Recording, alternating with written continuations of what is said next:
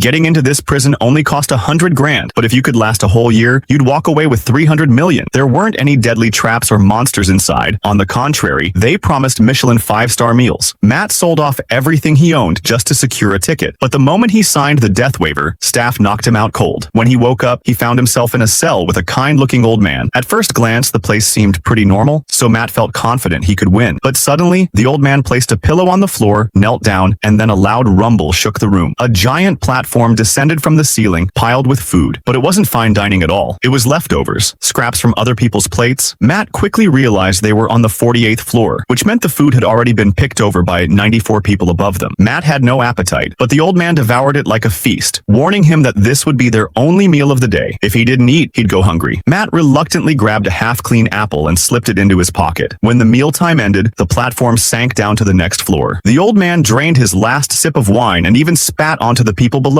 Matt condemned such behavior, but the old man just smirked, saying the ones below would eat it anyway. He then told Matt to toss the apple out, because if food stayed behind in the cell, the temperature would rise uncontrollably until everything turned to ash. Over time, Matt slowly adjusted to this strange routine. But then the old man revealed a terrifying rule. Every month, they would be randomly moved to another floor. Last month, the old man had been on the 132nd level. Matt asked if there was still food that far down, and the old man laughed. Of course not. When Matt pressed on, asking how he'd survived, the old man pulled out a samurai knife with a grin. The implication was clear. He'd eaten his cellmate. One day, the platform came down carrying not just food, but a woman. Matt was baffled, but the old man explained she was searching for her child, so every month she rode the platform down. Before Matt could process it, two men on the next level dragged her off. He wanted to help, but with an 8-meter drop, jumping meant certain death. As he hesitated, the woman stumbled back, covered in blood. Both men were shaken. The following month, Matt read books aloud for the old man, and the shared time brought them closer together. But soon, the floor-switching day came again. When Matt opened his eyes, he found himself tightly bound, unable to break free no matter how hard he struggled. The old man patted his head gently, saying this time they were unlucky. They had landed on the 171st floor, where not even scraps would reach. He told Matt he could probably last a week without food, but after that, he'd have to carve something off him to survive. Matt screamed and fought, but no one came to help. All he could hear were the brutal screams of people above and below, fighting to live. After a week of hopeless waiting, the old man finally snapped. He tore off Matt's bandages, raised the blade, and was about to cut. Just then, the platform descended, and the woman appeared. Seeing Matt in danger, she didn't hesitate. She slit the old man's throat and handed Matt the knife. After she left, hunger consumed him. He had no choice but to eat the old man's corpse to survive the month. The next time he opened his eyes, Matt couldn't believe his luck. He was now on the 6th floor. His new cellmate was a black man who brought a rope, convinced that if people above would help, they could climb to the top and reveal the truth of this prison to the kitchen staff. Saying that, he tossed the rope upward and started to climb with all his strength. But the reality turned out very different.